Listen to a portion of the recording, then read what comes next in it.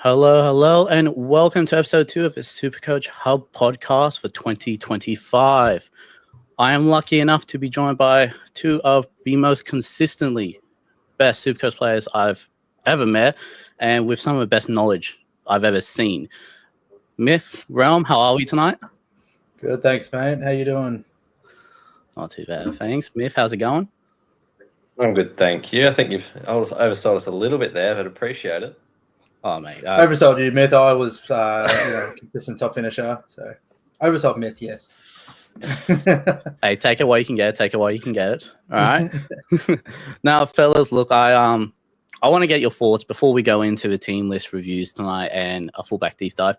When Flex was first announced, what were your thoughts, and has it changed since that opening week? Yeah, Myth, you want to start with that one?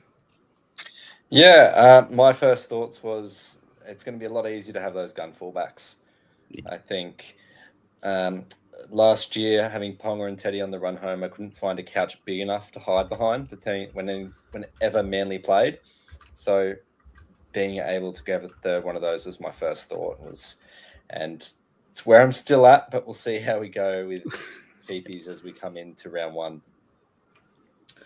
Yeah, no, I'm in the same boat. Last year, the biggest dilemma every week was, do we captain Teddy? Do we captain Ponga? Or if you had Teddy and Turbo, which one do you captain? There was weeks when they both had ideal matchups, and it was just the biggest headache. So this has resolved a lot of those dramas internally. So no, I've been pretty set on how I'm going to use the flex this year, and I'm sure we'll get into that this podcast. Yeah, absolutely. I think it's something definitely for fullback deep dive that needs to be touched on quite a bit. A lot of different options we can go with. Look, two choices: a captain with a fullback for a good matchup. Knowing me, I'll still make the wrong choice. So, I mean, twice for luck, same amount of bad luck. Now, look, I think we won't spend too much time on the team reveals today. We've only had the Vegas teams, and aside from Warriors, it's pretty stock standard. A lot of young blokes getting a shot. So I say we go straight into it. And this Warriors side, as a Sharks fan, probably not my favorite thing to see straight off the bat. But look, I mean, as soon as I scroll down that Warriors team list, RTS with the number 5 on his back. RTS has dropped out, I think. I'm just having a look at the team now. It's the 24-hour, not 24. RTS is no longer in there. It's Ed Cossey. He's on the wing. Okay. I've only just noticed that. Breaking news live, folks. All right. Good to know. Well, we'll touch on it. If RTS was to get that 5 throughout the season, would that be something you fellas would look into? Absolutely. I would be. Simply because how often do we see these SuperCoach players that everyone is on 1 year, struggle, and then the year later, no one is on them, and they kill it. Happens again and again. And the only problem with Roger last year was he wasn't getting attack. His base was fine. His work rate was fine. He was still breaking tackles, but he just wasn't getting attack. His opportunity for attack is going to go up on the wing, and I don't think his base is going to drop that much because he's going to get those kick returns to boost his runs, which should make up from the tackles lost anyway. So I think he's worth considering. Whether he's better than others at that price range or whether you want to go in that price range is a different question. But I think that takes Roger from irrelevant, expecting the same as last year, to a discussion point. Yeah, I think just when looking specifically at the position that he's going to be in is that left wing, and we haven't really seen that left wing be relevant for the Warriors, at least in the last few years, with Montoya being there. He's averaging the 40s. Who knows with the change of halves, maybe they look a little bit more left side dominant with no SJ on the right, but it is something that I probably want to have a wait and see first. Yeah, no, absolutely. It's fair points. I mean, with RTS's base, the wing could indicate a couple more attacking points, but, new halves partnership, we don't know exactly what side they'll favor. Now, moving a little further down, we have in the lock position Aaron Clark with the 13. He's in quite a few people's teams with that dual position. Realm, what's your thoughts on possibly starting with Aaron Clark? I haven't had Aaron Clark in my team this preseason. I haven't avoided him. I'm not disregarding him completely because that starting lock role is appealing. It's just the uncertainty on the minutes there because we know how much they've liked Dylan Walker in the past. If Vimorga's on the bench, he's a lock primary as well. So there's just a few uncertainties about the minutes and role that he'll have there, especially with JFH and Barnett both capable of playing decent minutes. So yeah, another one that I think for the time being, I'm happy to wait and see. If he comes at the first few rounds and is playing 60 plus minutes and is averaging 50 to 60, then yeah, it might be one to nab by round 3-4. Yeah, no, absolutely. Myth, do you have the same sort of viewpoint with that? Yeah, look, last year he averaged 40 points in 39 minutes. So basically a point a minute. You're going to need him to get up to at least 50. Even at that 50 points, 50 minutes, he's an okay selection, but it's not groundbreaking. He really needs to have around that 60-minute mark to really do some damage at the price. Is he going to get that with, Barnett, JFH, and Dylan Walker? Yeah, I have my doubts.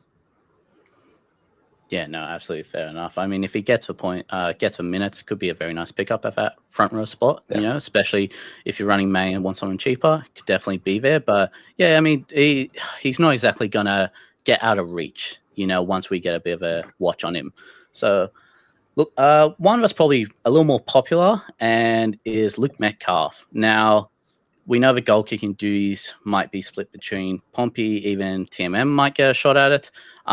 But look, if Metcalf has the goal kicking, does he wander into that must-have territory at the 5'8" with how lackluster we're seeing it a little bit this year? Myth, what do you reckon? He doesn't touch that must-have territory, in my opinion. Is he a good option? Absolutely. But that territory is reserved for absolutely elite options. And even if you end up spending an extra $150K or $200K for Dylan Brown or a Cameron Munster over Luke Metcalf, and they only out-average him by 5, it's not good value, but you still get more points. Metcalf would have to explode early and have this unreal role in those first 2 matches and almost be showing that he's going to be the top 5'8" for him to enter that territory. But if he's got the goal kicking, everyone should be having at least a look. Yeah, I'm a bit higher on Metcalf. I don't think it's the must-have territory, even with goal kicking, because that's reserved basically for the Turbos and Clearys of the world. But I think Metcalf with the goal kicking, is probably the best 5'8" option if we're taking in all factors like value, point potential. I think he's probably the number one guy on my 5'8" list if he's goal kicking. I can't see a world I don't start with him unless he's not kicking, basically. Yeah, absolutely. I mean, that goal kicking just makes him a bit irresistible, just start season with to see how Luai goes. Now, looking at their second row, there's no Jackson Ford in his team list, but we do have a Jacob Laban at 232K to start season with that. If he somehow snaps that second row position, I mean, it's a very tempting, idea to go with him. Would you be interested in him or, different avenues? No, if he's starting, he's 100% in. We're just with how poor the cheapies are at this point of the year. I don't think you could miss a starting 230K unless their name's Jack Gosiewski. Yeah, I can't disagree with that one. Yeah. With Ford as well, one point I will say is that, he did play second row for the first half of last year, but it looked like Webster did give up on that, and he played front row for the rest of the season, whether it was starting or off the bench. So unless something's changed in the offseason, Webster's some reason regained his faith in Jackson Ford and the edge. I think there's a real chance we do see Jacob Laban out there. Yeah, I mean, we can only pray we do. That would be a very nice pickup. Myth, same boat. If we see that 11 and that green tick come round 1, Australian team. Hard to say no to that, to be honest. Starting edge back row at that price, they don't have to do a whole lot to make cash. Fair enough. Now let's move it on to another cheapie second row there. Dimitri Vaimaga. I've probably buffled that big time. Happy for him, just correct me. But Myth, I mean, what would you need to see from him? Where does he need to start for you to be interested? He might almost just be directly related to Laban. I think if Laban starts, I'm less likely to take him because I'm not sure I want to go both of them. Because I like them both working out. I can't see it's too high, but he passed the eye test last year. He looked good. And that's always a good start. Youngster coming through, looks good in his first few games. It's just one of those ones where you think there's going to be a time where he gets opportunity. And yeah, I'm happy to take him if there doesn't look like there's going to be better options, basically. But if you somehow manage starting position, yeah, that would be the one thing that would make me go, yeah, nice and easy. Off the bench, there's always going to be some reservations. Yeah, of course. Yeah, definitely. And I think with I think it's pronounced Vimorga. So that's what I'm going to keep rolling with. If he's on the bench and they run like a Lussick, 2 other middles and Vimorga, I wouldn't mind having a crack because at least be okay minutes for him there, hopefully. But again, if Laban's starting, it does decrease the value of Vimorga a little bit because running 2 cheapies in the same side, roughly in the same position, it's always a bit dangerous. But yeah, if they're running a 3 forward bench, that does bring up his appeal. There's just a lot of questions that'll hopefully be answered TLT. Yeah, absolutely. I mean, it looks like we've got 2 chances of hopefully, very bottom dollar cheapies in that 2 RF from Warriors. Yeah, hopefully we just get at least one, Now we'll move on to that Sharks roster, mainly that second grade, third grade team with a few of the first graders in there. Not much to speak about, but Kennedy rolling with that team. No indication of Ison or Dykes in that roster. So does that maybe spark a bit of interest with all the rumors in the offseason that, maybe we could see Kennedy get shifted out at some point? No, I personally don't see anything there. Like, they've also got Kale Iro, Sione Katoa, Atkinson, Hazelton, Kafusi, all regular first graders. I just think they've sat out the stars, and I don't think they consider Will Kennedy a star. At least that's how I'm reading it. Yeah, no, you wouldn't be wrong there. Nothing to add to that. Yeah, no, fair enough. So we'll move on to the next game now. That Panthers team. I don't know about you, but I've had Casey McLean a fair bit in my team, him and Jesse, and it looks like we're going to see both of them fight off at the same time for that position here, both lining up on wings. I mean, Myth, surely one of them gets that wing spot, you'd reckon. If either one of them does, it's a good value for them. More specifically, Casey, I think Jesse at that value would be a start. Oh, if Jesse gets a spot, he should be in. You said the word must have before. If Jesse McLean starts on the wing over at the Panthers on merit, that's a must have. You pick him. The decision with him just becomes each week. Do you play him or do you NPR him? Casey, any Panthers winger at that price has to be under consideration. He's competing with those. He's a little bit cheaper than those Marju, Campbell Graham types where a lot of people will be looking. There might be. I can definitely see a bit of value there. I think the funny thing with this is we're not even going to get any value in which wing each of them plays because Brian To'o just gets shifted from the left to the right wing. Like Ivan Cleary flips a coin about which edge he's going to play on each week. So we're going to have no info on that. It's going to be eye test. Who looks good? Who looks best? Do you think they've got the spot? Do you think they've not got the spot? And we'll be waiting probably up until an hour before that first game. I do also think the value of the Panthers wingers has gone up a little bit since Luai's gone because quite often they do switch wings quite often, but that left wing would always be left out in the cold because Luai would always cut back across to the right. Very rarely would they'd run the plays out to the wing because Luai would handbrake that side, run it straight back across. And we saw that so often. So I think with Talangi in there, they might look for a little bit more structure and use that left wing a little bit more. So I think whatever winger we get, that increases their value a little bit. Yeah, absolutely. I mean, it's a great point about Luai. He did stopping the play, cutting back inside. I mean, I'm sure we'll touch on Dylan Edwards later, but, that probably brings him into a fair bit as well with Talangi there. Now, IPAP, the newest signing, he's definitely got a spot there that he has competition for. I don't think it's essentially a walk-up spot. Playing this game, do we think it's more for the fitness and seeing him, in the Panther colours get a couple combinations going, or could this be a bad indication going on? Ron, what do you reckon? This one's tough because on one side, if they're playing him in this, they're not seeing him. They could not be seeing him as a starting edge come round one when all their starters will be playing, obviously. But on the flip side, if he's not the starting edge, he's possibly the bench prop rotation, but they're not playing him in that position in this game. So it's a bit hard to get a read on how they are looking at him. It could just be they want his first hit out now before all the starters come back, whether it's to do with fitness or just to get used to the Penrith system, because basically everyone knows how to play their system in their side. It's really hard to get a read on this, but it doesn't fill me with confidence that he's going to be the starting second rower round 1 in Vegas. Yeah, no, absolutely. Miff, you saw us around the same lines there. It's a bit of a hesitation now when we see that. It hasn't changed my opinion on iPad. I think he's there because he's a new signing. Panthers have their own particularly defensive structures that they'll want to fit him into. You look at the people he's playing with, those edges. I think you've got Kapoa, who has been there for a year now. You've got Cole and Schneider, who have been in the system for over a year now. He's going to be playing with players that are going to, whilst not the same as the first grade side, are going to be simulating those defensive structures. So I think it's really just some match practice of those defensive structures. I don't think it gives us much information on whether or not he starts. I expect he will, but I expect Garner on the bench to give question marks. Yeah, no, I mean, absolutely. I don't think, even if he does not start round 1, I see him working himself into a starting spot, not too far in the distance. So, it could be worth saving a trade there, depending how that team list comes out. Now, moving on to that Raiders team here, we know Albert Hopper has put himself out of Vegas with the birth of his child coming up, but we see him at center.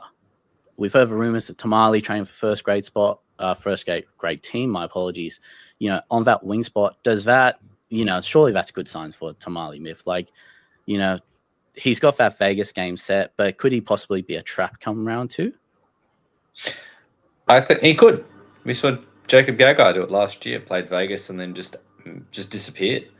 And if I had the information I had before that decision again, I'd make the same decision and I'd have Jacob Gagai in my side.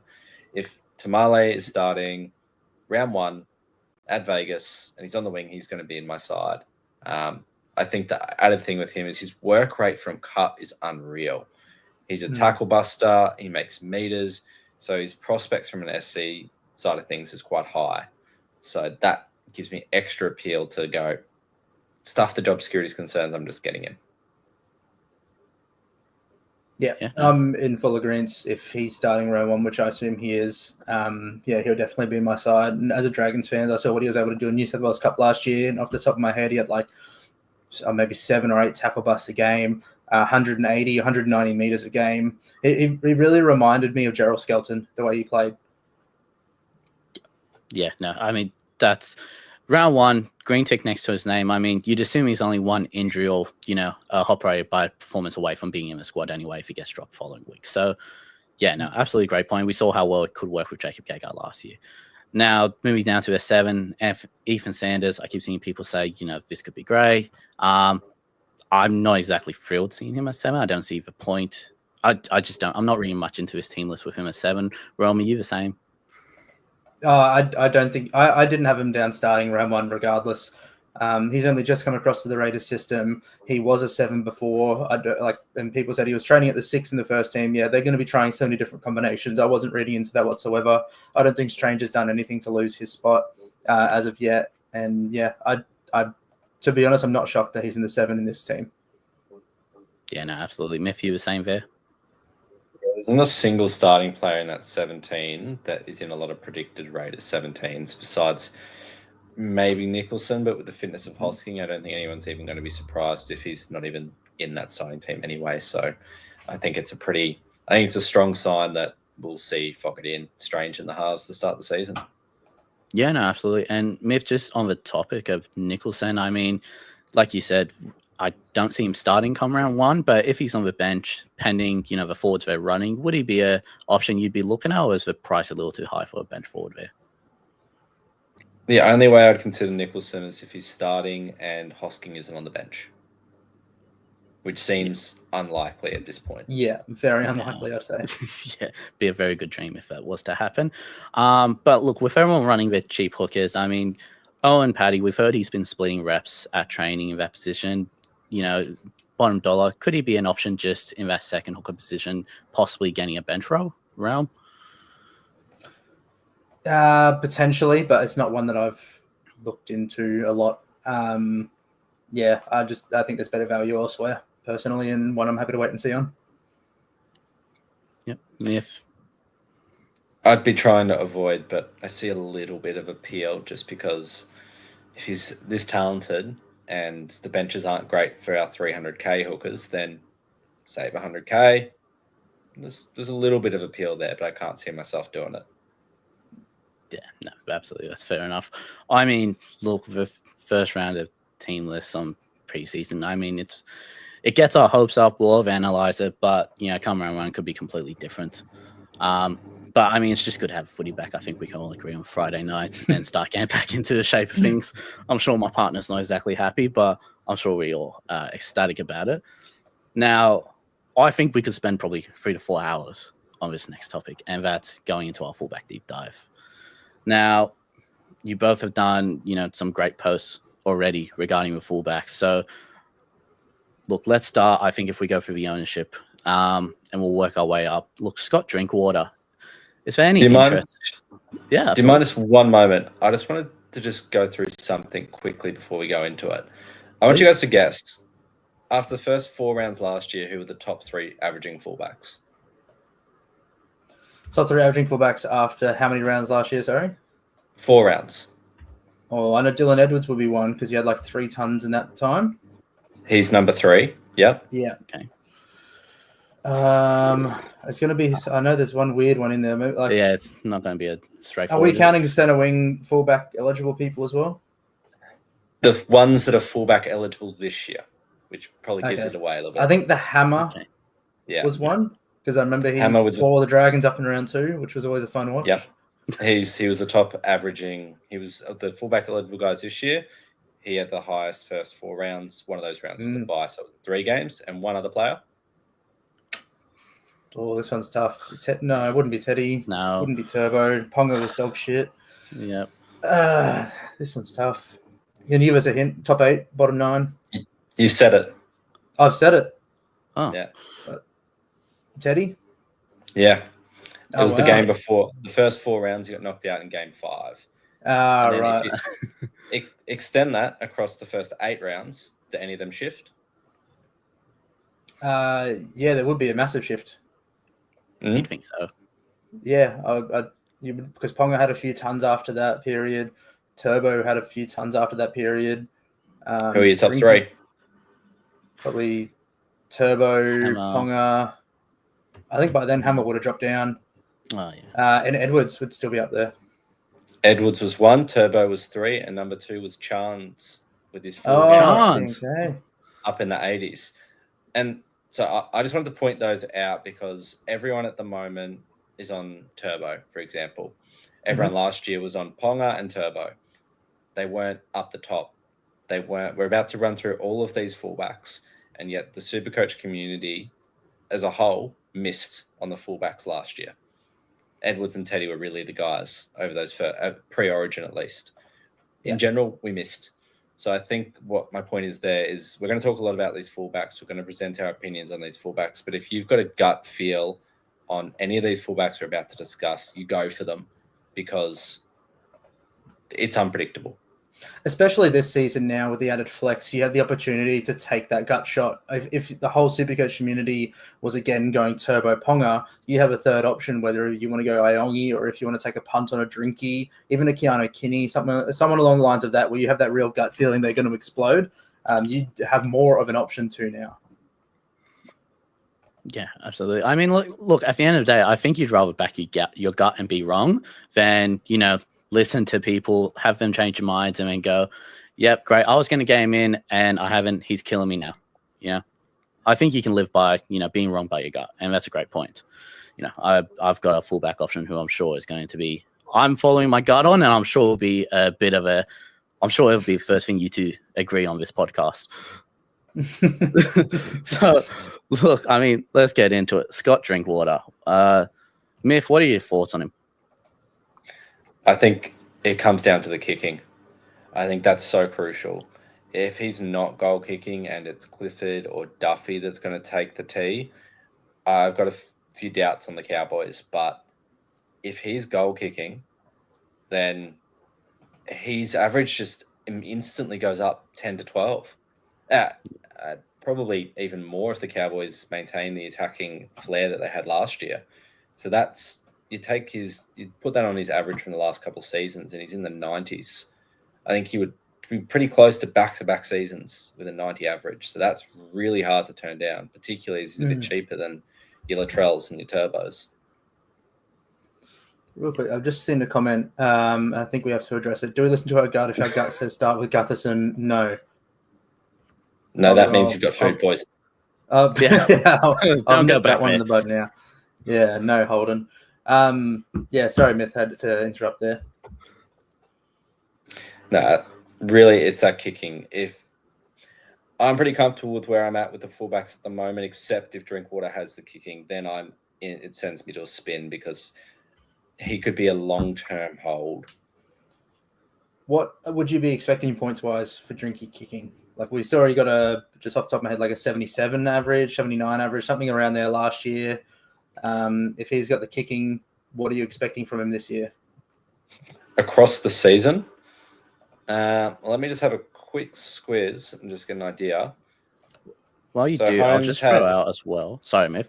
So I looked at a stat earlier with Drinky, and look, out of 120 tries the Cowboys scored last year, he was involved in 39 of them.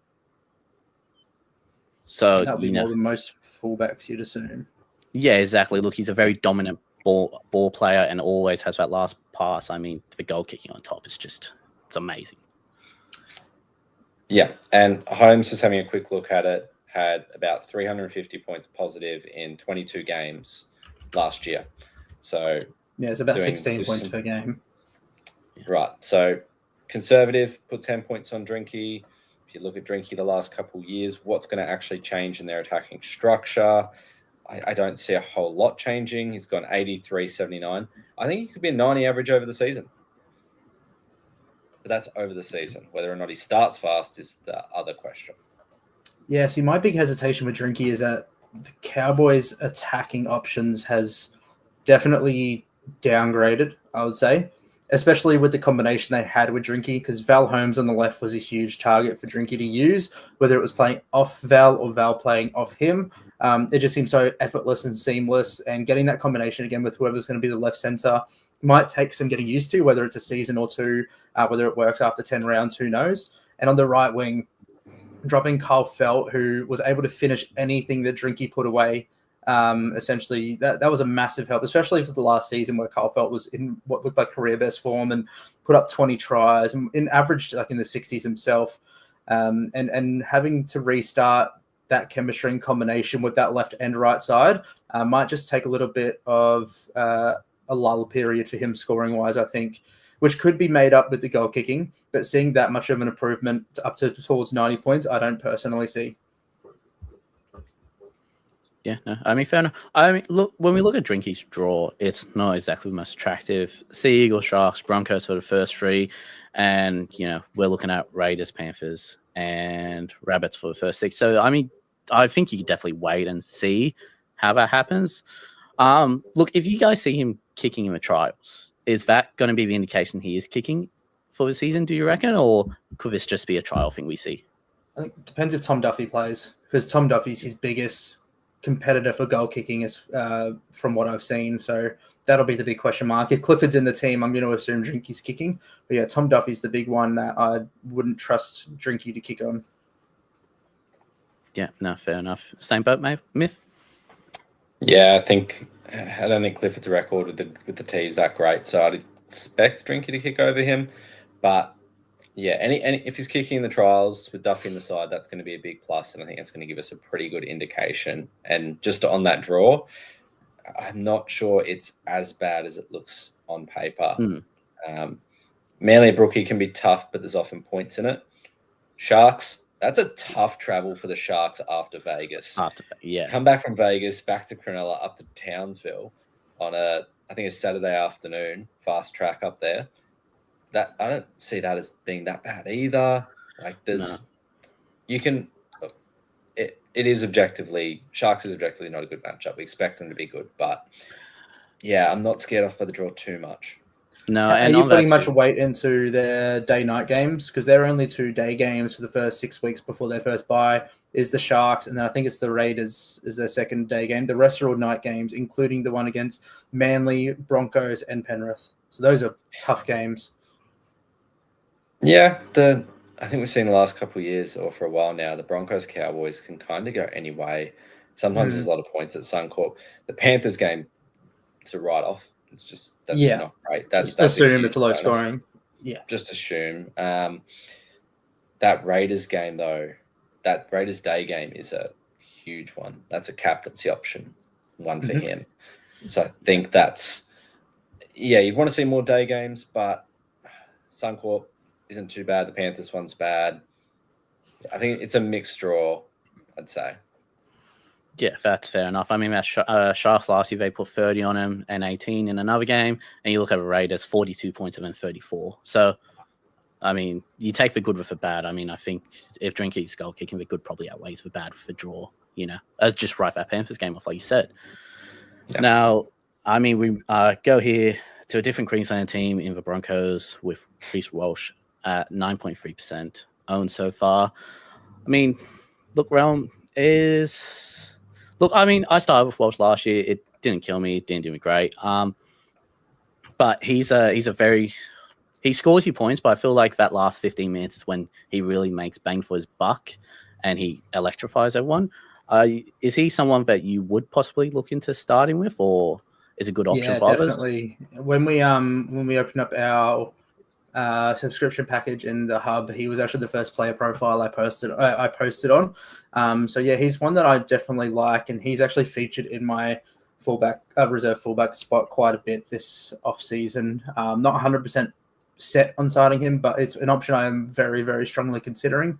The main thing for me is that they've got that stability with the halves now.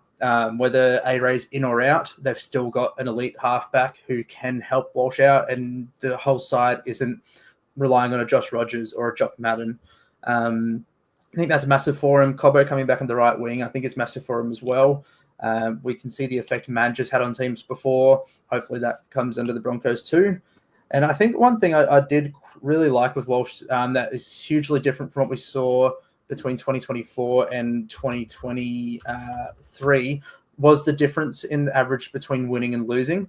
So Walsh himself last year, he had 13 games non-injury affected, had 7 wins, 6 losses. There was only a 10-point difference between those wins and losses. And compared to the other gun fullbacks that we're talking about, that's huge. A lot of the guys, like Drinky himself, had a 20-point difference.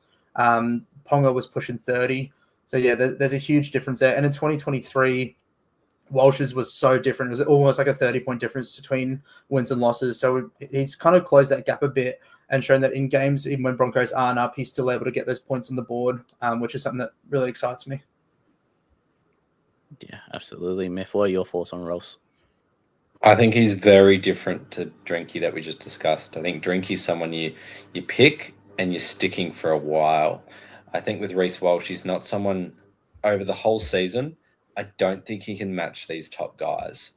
I don't think he can put out a 90, 95 season that Teddy can, that Turbo can, that Ponga can, that Charles. I don't think he's got that in him. But can he do it for a short space of time?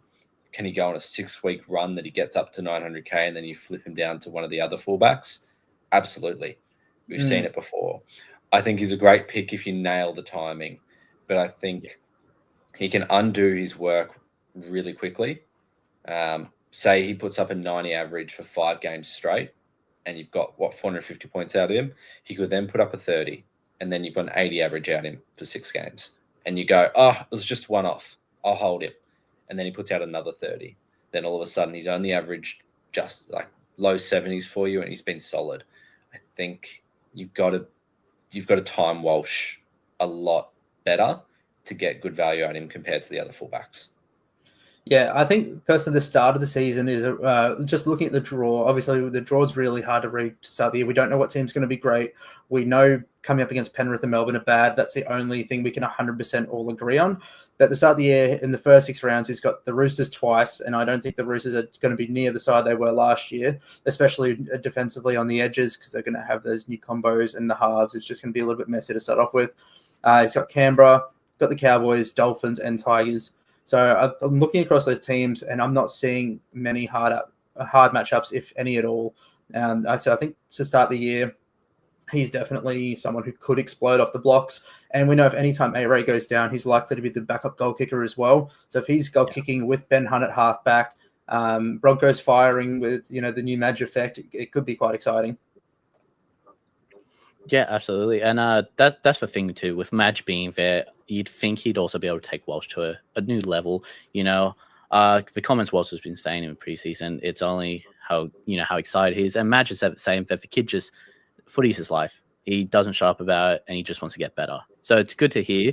If he can improve on what he's done last year, it's a very good sign, especially for the first 7 rounds, Roosters twice, and then Warriors. And it's a very tempting, fullback to go with. Now, moving over to Melbourne, we have Ryan Pappenhausen at 616K, 9.7% owned at this stage. I'm a very big Papy believer. I think when he's on, he's absolutely on. But, without the, we assume probably Meaney has a goal kicking again. Without it, would you look into a myth at all? No. To put it simply, if he has the kicking, then I'll look. Yeah. If he's kicking, I'm taking him beside Turbo, and those two are non-negotiable. But without kicking, I can't look at him. Even with the kicking, Bai and Penrith in the first 3, I would happily wait. Yeah, no, absolutely. That Bai is very off-putting him in Penrith. So definitely a wait and see. I mean, he could pick up the kicking even later in the season, which could be a nice little shout. Now, moving on, I think he's an absolute must-own start with, just purely because of the way he picks up points without doing anything, it seems like, is Latrell Mitchell. I mean, a very hefty price tag at 866, but 26.4% owned for a reason, I believe. Wayne Bennett back there, he's looking fit. The team should be a lot better, and on paper, they're a lot better to begin with. Myth, Latrell Mitchell, is he someone you're owning? You've put him in a team. What do you think is going to happen for him to start the season? He's in and out for me. So I'm definitely interested in Latrell. Under Bennett, looking fit. I always thought for a while, if he puts it all together, he's going to have a Dally M season. And if he does that, he's going to average SuperCoach 90, 95. He could even go triple digits. But it's also that he does still need a bit to do. Like his numbers, when I looked into it, because I shared that similar view of going, he doesn't seem to do much, but he still ends up on these scores. But what was it? In 11 games last year, he had 8 tries and he had, 15 try assists. So 2 try involvements a game. That's doable for Latrell, but he does still need those attacking stats to do well. He's not known for his high work rate. He's not a Tedesco-like fullback. But, yeah, look, if the bunnies are firing and he's got his head switched on, stats don't mean anything. He's just going to kill it. Yeah, and that goal kicking offsets it as well. Like, I've got the list of the base and power for fullbacks last year, and yeah, Latrell was at 34.8 per game, which is about 10 under Turbo, 15 under Dylan Edwards and Kinney. Yeah, and it's only 3 less than a Scotty Drinkwater, surprisingly. And to me, I thought Scotty Drinkwater had a lot better base, and his offloads were on fire last year. But it just all Latrell's runs are damaging. Whenever he goes on a run, he's picking up a tackle bus or 2. Yeah, I mean, look, that's the thing with Trell, isn't it? I mean, like you said, it was 2 try involvements per game he has, but I mean, it just seems so effortlessly last year, especially. I remember there was one game, I think he was on about 40 points, and he managed to pick up about 30 to 40 within the next 5 sets of that game. It just comes effortless to him. But again, if he picked up that base he does have, I mean, he's looking slimmer. I mean, you'd expect Wayne would hopefully get him a little bit more involved. I mean, it'd be a powerhouse, you'd think.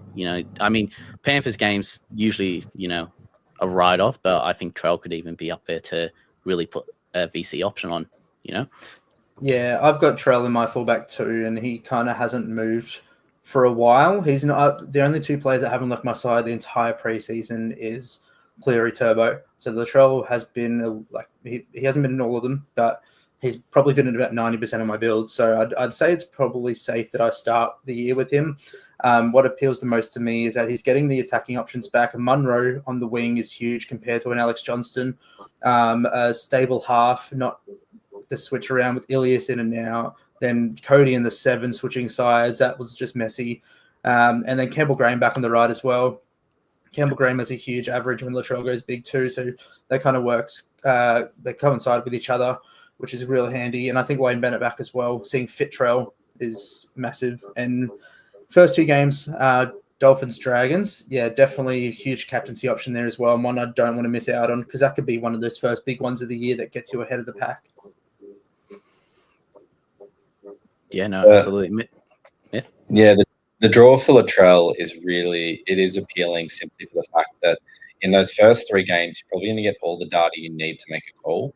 You're going to get a good day fixture against the Dragons. You get a favourable fixture against the Bunnies, and then you get the Sharks, typically good defensive side, still in a day match, but you can get to see if he lifts in that tougher matchup. Because in the 5 games after that, they've got the Storm, Roosters, Cowboys, Doggies, and Penrith. Penrith being that round 4 matchup, so being a good time to jump off if he's not impressed in those first few rounds. So that's quite appealing. That's fine though. Mamazoulos and Lewis Dodd or Jamie Humphreys, that does give me some concerns about the Rabbitohs attack as a whole. But I think he's a superb option. Like I said, for me, he's in and out. We just have so many good options. Yeah, absolutely. I mean, yeah, look, the combination of halves is probably a bit of a not what we would want, but I mean, at the same time, it could also help Trell just having a bit more workload to do. It could work either way. Yeah. Moving on to another fullback who has a bit of a halves problem again would be Kalen Ponga down at the Knights. We've heard rumors that Sharp has the 6, and the 7's getting the rep splitting about. I believe the latest report today was that Sharp was training at 6 for the whole training session. Look, with KP, I mean, the draw's juicy for him. You know, he's got the goal kicking, and he's a player that definitely has a lot of involvement with attacking opportunities. Well, does the halves turn you off a bit, or is there something where you think KP will overcome it? I don't know if it's the halves specifically. Obviously, it's not great, and there's a lot of lack of chemistry and new combos, and even AOB probably doesn't know what he wants to do.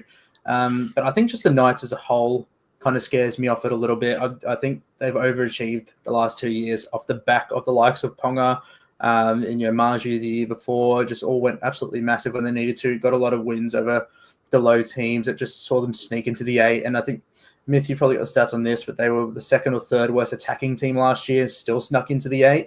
So I think with them massively overachieving in that regard, this might be the year they regress, and I think that could affect Ponga. And like I said before, the last year when Ponga played in games they won versus the games they lost, there was almost over a 30-point difference in average. And so if we're seeing a lot more losses for them this year compared to last year, that average for him could drop a bit, and that's one thing I'm a little concerned about. But at the same time, there's the opening draw offset that because he is a good captaincy option the first few rounds. That's the debate I'm dealing with. So at the moment, I've got Walsh and Latrell over him for fullback 2 and 3. But I definitely haven't ruled Ponga out at all. And that FOMO, seeing that round 1 against the Tigers, I think it is, could definitely see him in my side. Yeah, no, absolutely. Myth, are you the same with Ponga? Got him in, just don't want to miss out on that Tigers. That's funny. When me and Realm are running our obviously subscriber stuff at the moment, but when it comes to the fullbacks, we couldn't be more different, it seems. Turbo might be the often we don't have the same opinion on anything. Yeah, we're seeing that tonight, guys. Yeah. Turbo, we probably agree on. When it comes to Ponga, I'm huge on him. Like I look at his numbers last year, and he's averaged 81, and he's had ended up with 15 games. The guy had 3 tries. He had 9 try assists. Like those numbers are just ridiculous when you think about how good Kalen Ponga is. And like even if the Knights regress, can we say we get to the end of the season, it's been 20 games and Ponga scored 4 tries and had 10 try assists? I don't I can't see that happening. From a statistical point of view, the numbers that he put up last year, I can't see them at not being repeated at worst. Listen, he does get points regardless of attacking stats or not. Like with the goal kicking, he's going to get good power stats, and he does always get line break assists, even if they don't eventuate into tries and try assists. Like he's always creating those opportunities. It's just, I think those opportunities could come less often, or he has less of a chance to create those with the Knights regressing a bit. But yeah, still yet to be seen. Yeah, absolutely. I mean, when we look at those first three games, I mean, Tigers, Dolphins, and Titans, I mean, he could probably score more tries in those first three games than he did all year. Like it's a you know, like if the Knights can, you know, get him some go forward and really gain some red zone opportunities, I mean, he could smash what he did last year in those first four games already. Just the captaincy option to have him there is tempting enough. And then they have a bye in round 4 when Trell has the Panthers as well, after we see what happens in that Shark game. I mean, if you've got both of them in your side, you can kind of pick which one to flick off to whoever knows where. Yeah. I think that round 4, I think we'll chat about him soon, but everyone has been the idea of if you don't start Iongi and he looks good, you have to move in round 3. I don't think that's the case at all. Iongi has the dogs. If you miss 100k rides from Iongi, if he's looking that good and he's that appealing, then he's still going to be a good buy at 330k. Especially with that round 4 when the Penrith game drops out of his rolling average. Yeah, absolutely. That's a big. That's a Melbourne game. Sorry, not Penrith. Yeah, Melbourne round 1. Are we really expecting him to get more than a 40? It's really hard to see unless they fluke an attacking stat somehow. But Penrith round 1 last year didn't get a single a point on the board against the Storm in round 1. So I find it really tough to believe the Eels are going to do much more. No, exactly. I mean, with that Storm game, instead of that round 3 being that buy point, we could see round 4 be the better buy point for him. So, look, we'll move on now to the only fullback I believe you two said you agree on, and that's Tom Trbojevic. I mean, I can't remember off the top of my head about the numbers at rookie, but when we look at his draw, we know what Turbo can do. I mean, put him in your team, go to sleep at night, don't even change him. I mean, Myth, would you agree? Look, I missed this guy last year, and I missed him in 2021. He's caused me so much pain in SuperCoach seasons and cost me so many ranks across those SuperCoach seasons that with that draw, with so many games at Brookie, I can't miss him. I'd rather have a look at him. That Manly attacking structure, he just gets so many easy points. I was complaining multiple games last year when he was just getting these piss easy points against a Titans side that had given up at halftime, it appeared. He just does it, and it's silly not to have him when he's got that availability to get them. You could go against him. Like I said, if you've got a gut feel that Manly starts slow, or maybe Turbo starts slow from what you've seen, that you could pick the 3 others to go against him, but I can't see myself going into round 1 and him not being in my side. Yeah, definitely. And I think what's a huge thing that appeals to me for Turbo is the captaincy options. Early on, you don't want to miss out on that massive one. Last year, Hines early had some massive 150s back-to-back.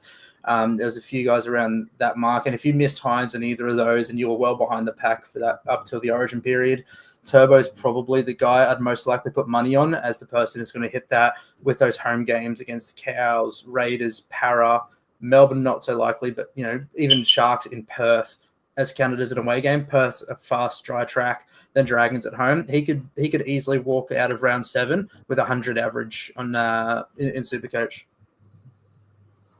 Yeah, absolutely. I mean, I don't think it's shocking any of us if he's up there for the top points come back round 7. I mean, look, it's Turbo. I feel like he's a player where you've got to focus on. Obviously, you have to focus on his top gun fullbacks, but Turbo's figures out a way where if he's got double people looking at him, if he's got a free man, he still makes that pass. He still finds that gap. He's got players around him as well who just make him better as well. I mean, Ola, DCE, and he's got the finishers. So look, I didn't have him initially start with, and then I started having nightmares about not owning him. So look, I don't see how you could pass him up.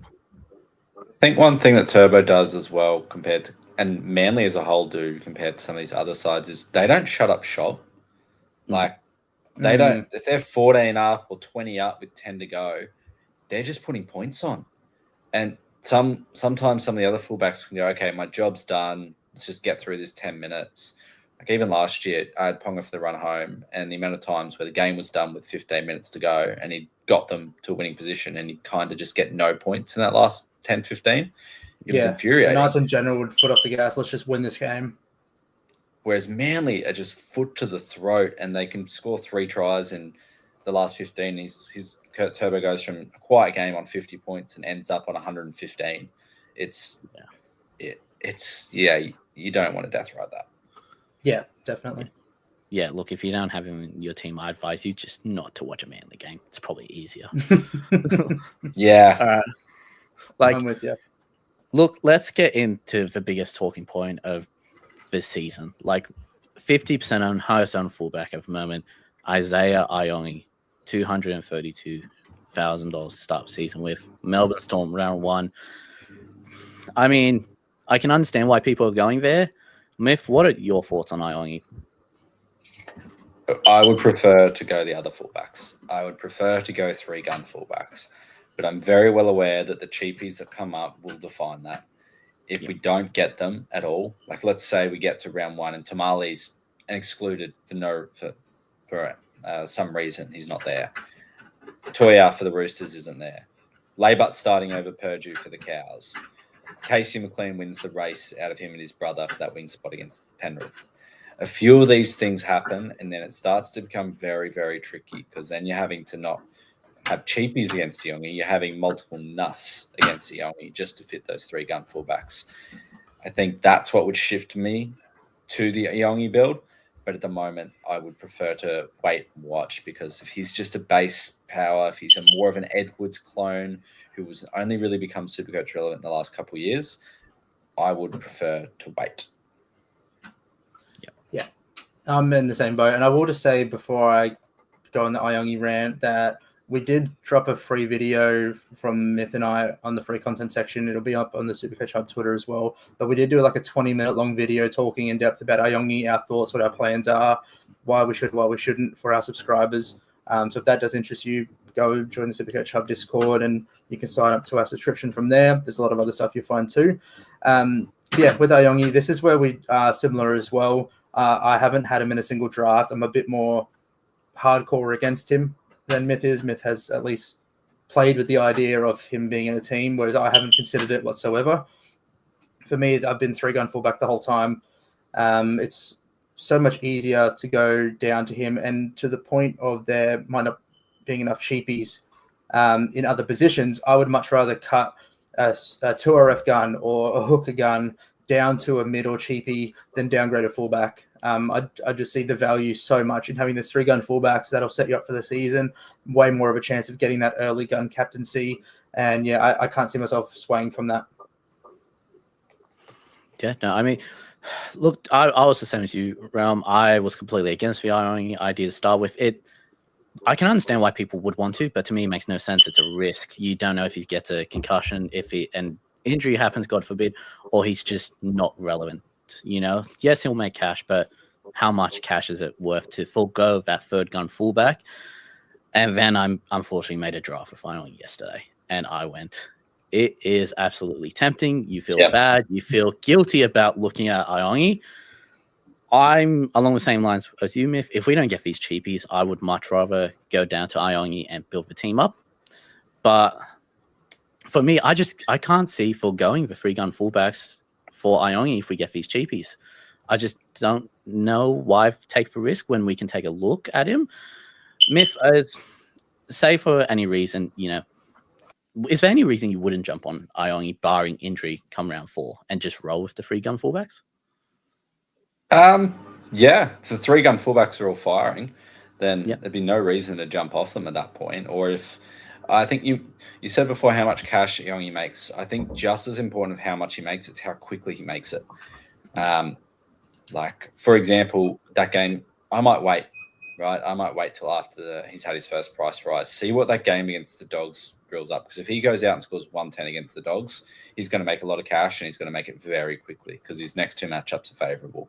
That would push me. I'd have to pick a fullback to cull.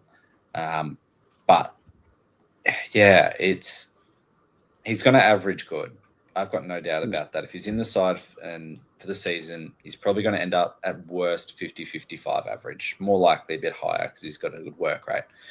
But what does he do over those first 6 weeks? That's what's important, because if you're sitting with him and he's averaging, if he goes for owners 40, 55, he's got a relatively low break even coming up against the Dogs, and there's a lot of these fullbacks are averaging 70, 75 plus. What do you've made your bed. Yeah. And you kind of just have to wait and just hope that spike score comes. That spike score comes early, owners will be fine. If it doesn't, trouble. Yeah, there's a lot relying on that round 2 matchup for the Eels, I think, because that's the big one to test whether or not that attack's going to come, because we're likely not going to see it in round 1. Round 3 is going to be tough as well. If we're basing it off last year, the Manly are rookie, so that round 2 is a huge game for them. But as well, I think it's a lot of people using their cash differently if they go on Iongi. Some are using it on a gun like Hines. Some are spreading it out, so they're bumping it to a gun hooker and a gun 2RF. I think the big appeal as well, not starting Iongi, is that if we do go down to him, we've at least been able to have a look at which teams look good, which guns look good. If Olakawatu's firing, if a Hopgood's playing big minutes and his PPM's blowing us out of the water, and we want to go down to Iongi, we do have at least a bit of data for this season, so we can make those educated decisions on which gun we want to bring in with that cash. Whereas if you're off the bat starting with Iongi and one of these guns, we're basing that off previous seasons. It's hard to see which guns are going to fire early, which ones are not. Yeah, no, absolutely. I mean, when I was messing around with the Iongi draft, I looked at it and went, okay, great. I've upgraded my team. It looks more solid all around the park. But now I've got one gun halfback, whether that's going to be Cleary or Hines come round 1. If the other one's firing, it's not just a straight downgrade to Iongi and then up to one of them. It's great. I've got to find a new cheapie. I've got to find someone who's going to keep making me cash to get up to them. And I'm going to have to hold off on getting them unless I downgrade couple more guns and waste probably more trains than I need to. So, look, I mean, please correct me if I'm wrong, but the way that I am viewing this Iongi situation is we've got a free look at him. We have a fair few fullbacks that have very juicy draws. We know round 4, round 3, we can jump off him if they're not firing or however Iongi is going. But you take we'll call it save points. Obviously, nothing's ever safe, but take your chances with the gun halfbacks, fullbacks. Apologies. Take the points, and then you can take the cash of Iongi. Where if you start with Iongi, you're taking probably a bad score from Melbourne, probably likely a medium score from the Dogs, depending how that game goes, and then the cash when you could have been up points already. And we've also seen from inside the hub, one of the admins and one of our, community favorites, Statman Ricky, he's very involved with the Parramatta Eels. It always gives us really, really good information. And the way it looks is that Iongi is looking great in the preseason, obviously very fit, and we know that he's going to have good base and good work rate. But when it comes to those attacking plays, he's going to be there a lot in support. But when it comes to the big sweeps, he's not going to be in those positions like we see most of our gun fullbacks. And that's where a lot of their points come from. Easy 20 points, 20 to 30 points come from each game. So that's a bit of a worry. I wouldn't be expecting him to be averaging. Personally, I don't see him averaging over 60 this season. Probably under 60 is what I have him at, maybe around the 55 range. We've looked at Dream Buller for the last couple of years. He's averaged less than 60. Will Kennedy's of the world. Obviously, he's very attack reliant, but still struggling to average 60. It is tough to get over that 60 mark for these young fullbacks, unless your name's Keanu Kinney. Yeah, no, absolutely. He's the anomaly. Yeah, he is. And I think if it wasn't for that round 1 bye, he'd be someone, we definitely look into a bit more. Now, look, so we do have a lot of questions from our Discord members. And just on that, with the news of Iongi and the way he's been training, look, if you're not in the SuperCoach Hub Discord, that's one of the many reasons you should be in there. We have plenty of people with connections to clubs and valuable insight who go to training and, can really just give you that little bit of an inside edge. And then we have people like Roman Myth here who are able to diagnose that. And, they're more than happy to get in and have a chat with you and explain to you about what's going on in the thought process regarding that news that has come through.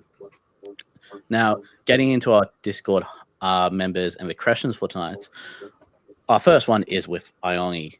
Now, Critter, he's done an Iongi draft. He can go Harry Grant and a premium 5'8", deal bags or Burden and Metcalf. He wants to know, is this good strategy / use of funds? I think if I'm not going a third gun fullback, I should say the big appeal, the 3-gun fullbacks plus the gun half is the 4 great captaincy options. If I'm dropping Iongi, I still want to keep that 4th captaincy option personally. So I really only want to drop Iongi for like a Hines, someone of that caliber who I'm not afraid to captain early on. I think getting a premium like Dillbags and Harry Grant as well is a good use of funds, but it's just not one that I personally would be going. But I 100% see why others would be. Yeah, Myth? Yeah, if I'm going the sacrificing gun fullback for Iongi, I'm wanting 2, not just premiums, but proper uber premiums. I don't have Brown or Burton in that category. I do have Harry Grant in that category. I think he's a lock and load if you can get him in terms of he'll be the top averaging hooker. Like 90% if he's fit for the season, 90% sure he'll be the top averaging hooker. There's not many positions you can say that about. I'm with Realm. I would want Hines, or the other one that's not being thrown around much is Fafita. I think if you wanted to upgrade and get Grant and Fafita because you weren't big on Hines, that's how I would also be looking at it, because I think he also comes into the captaincy discussion as well if he's playing 80 and looking good. Yeah, I'd agree with that. Yeah, no, absolutely fair enough. Now we have a two-part question here. Sorry, from I'm a Loser. Hines / Cleary dilemma: start this way or just go with the 1 gun? And is RTS a genuine pick now? He's on the wing.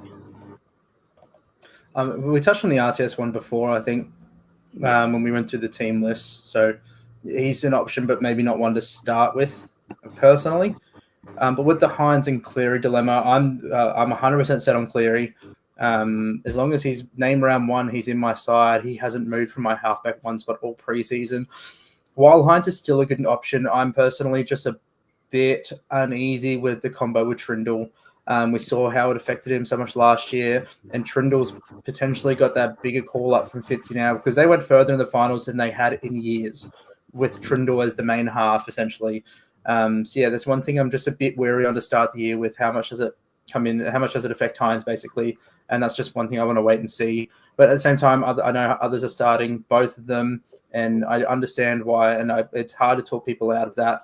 And Hines is still on my radar, and if he's firing early, he's going to be the first target for me. Yeah, no, absolutely. Myth, Hines Cleary dilemma, just for 1 gun.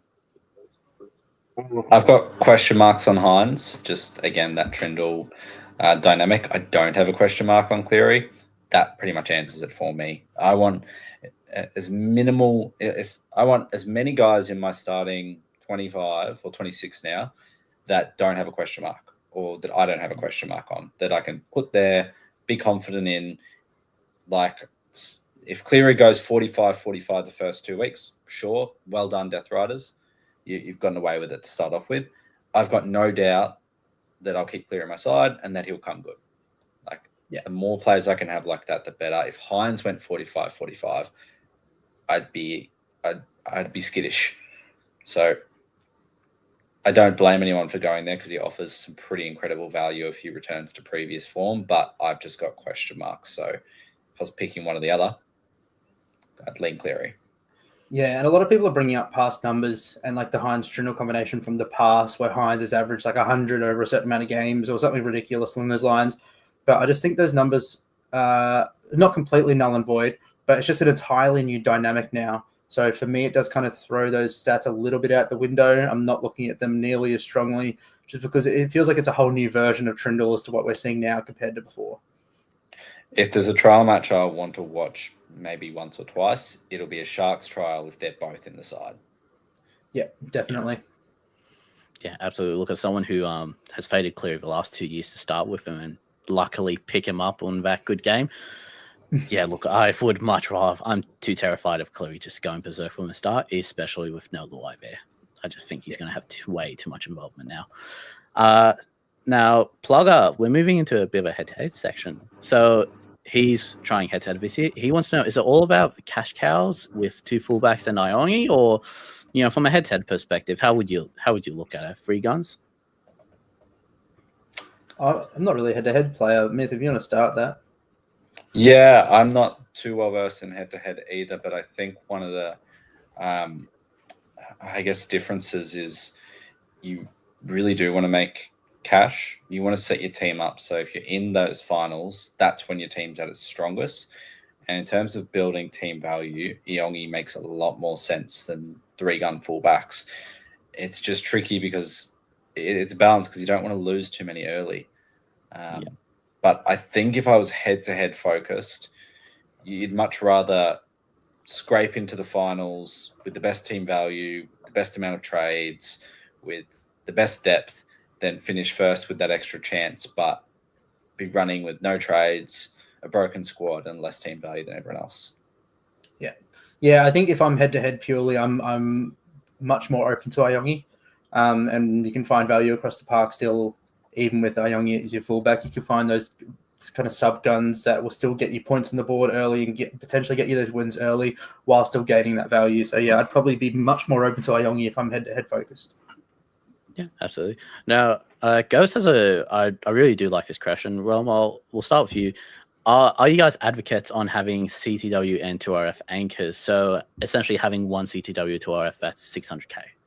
Yeah, absolutely. I'm a big advocate on having anchors in pretty much every position. This is kind of the first year that I'm potentially looking at not having an anchor in like a hooker position or something like that. But even that makes me a little bit uneasy.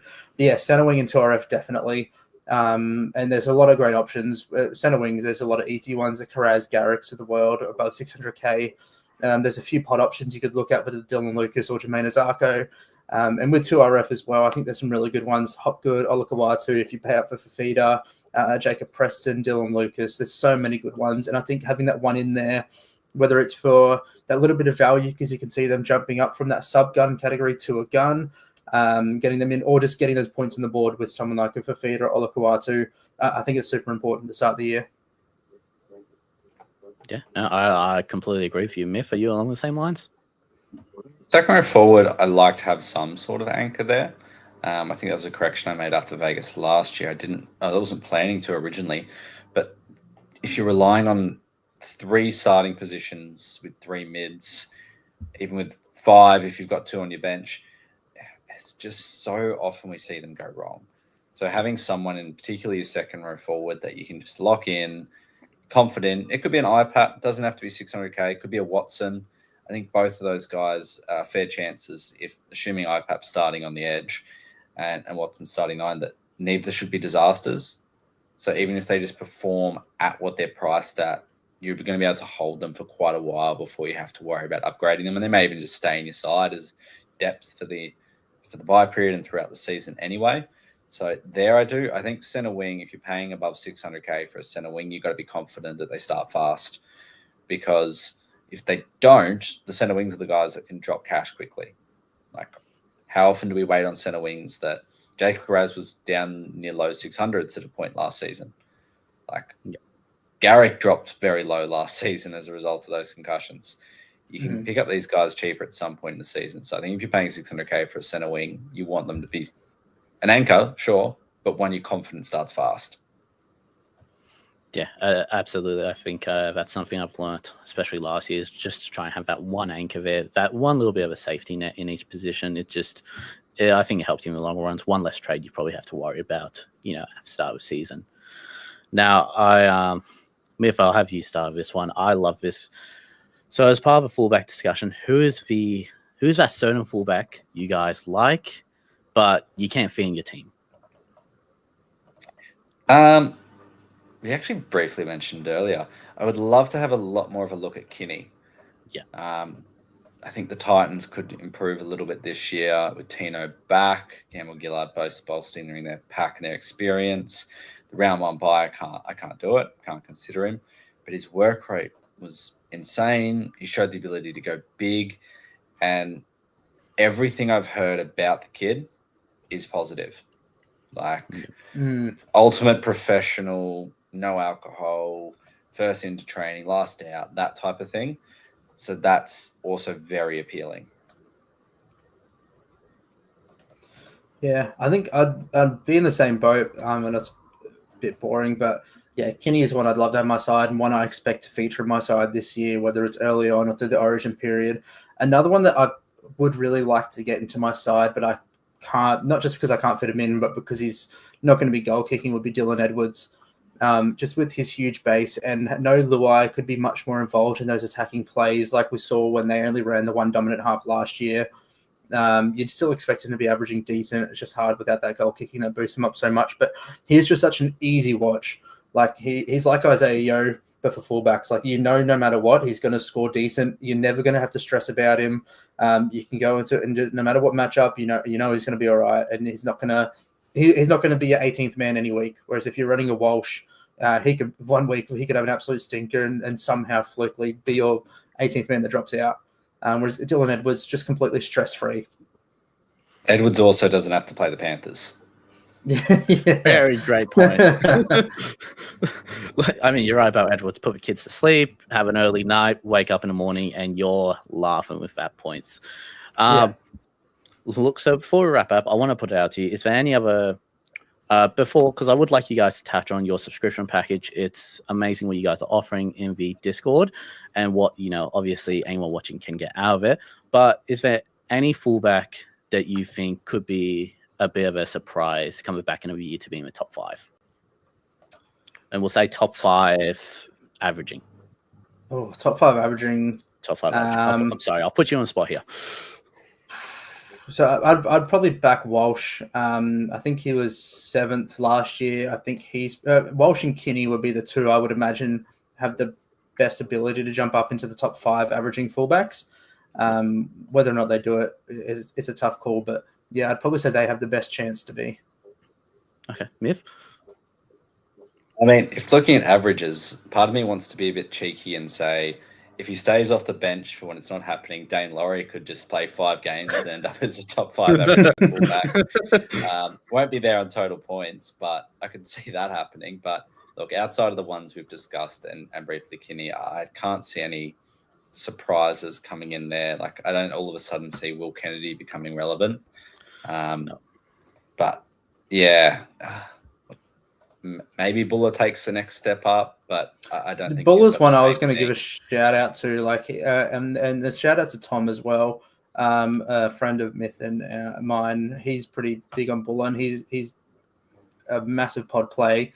But who knows? Off the back of an improved forward pack, improved halves, better back line, who knows? He might push up to a 65, 70 average this season. So one to be seen. Might be one seen in my team drafts later this week after hearing that. So, round me, would either of you like to speak about that subscription package you do have and what is offering out to their members here? Yeah, so essentially the subscription package is it's $8 a month, and you're added into a special section within the SuperCoach Hub Discord where we post content every single day bar Saturday, whether it's articles, videos, as well as that you're part of a chat with our community full of ourselves and other subscribers. We're online for essentially 24/7. You can ask us questions, drop your team in. We all give feedback.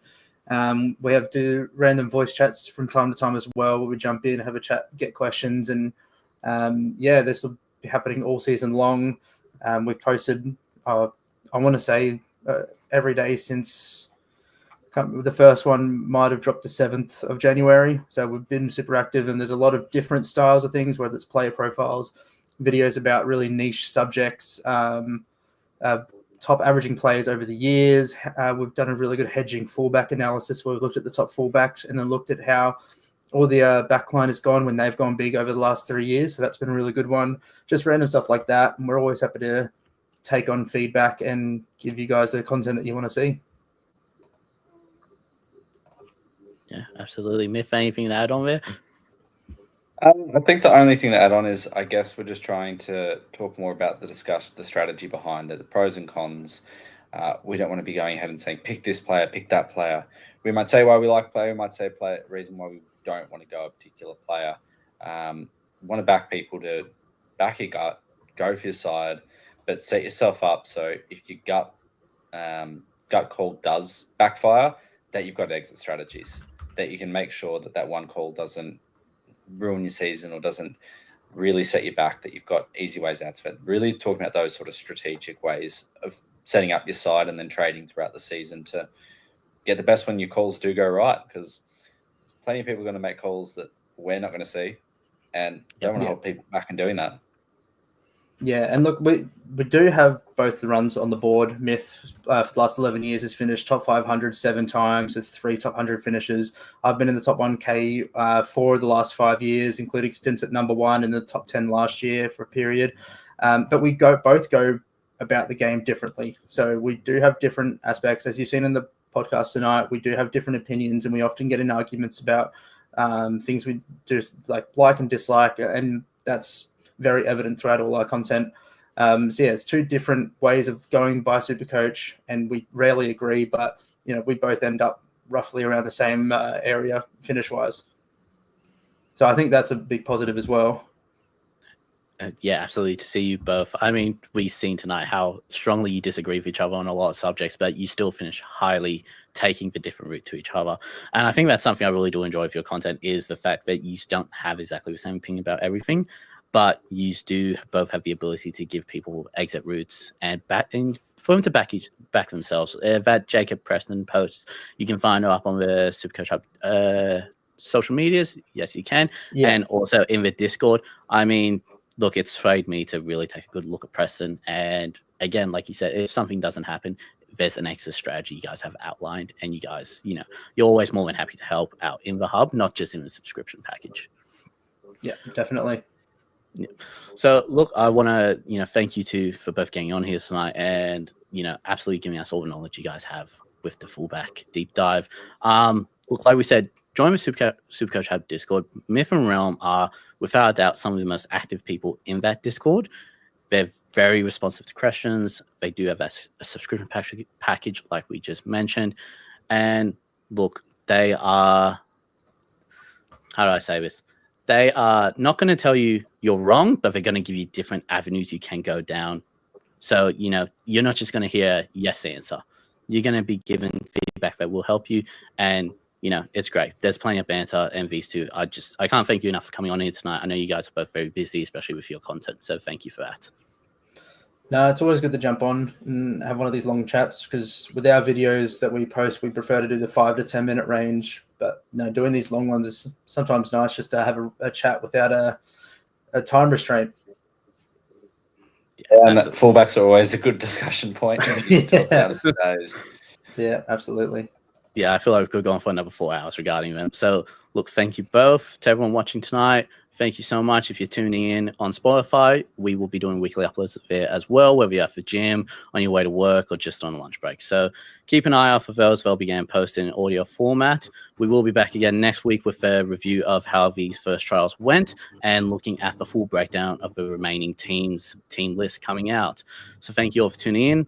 Realm, Myth, thank you for being here, and we'll see you all next Wednesday night.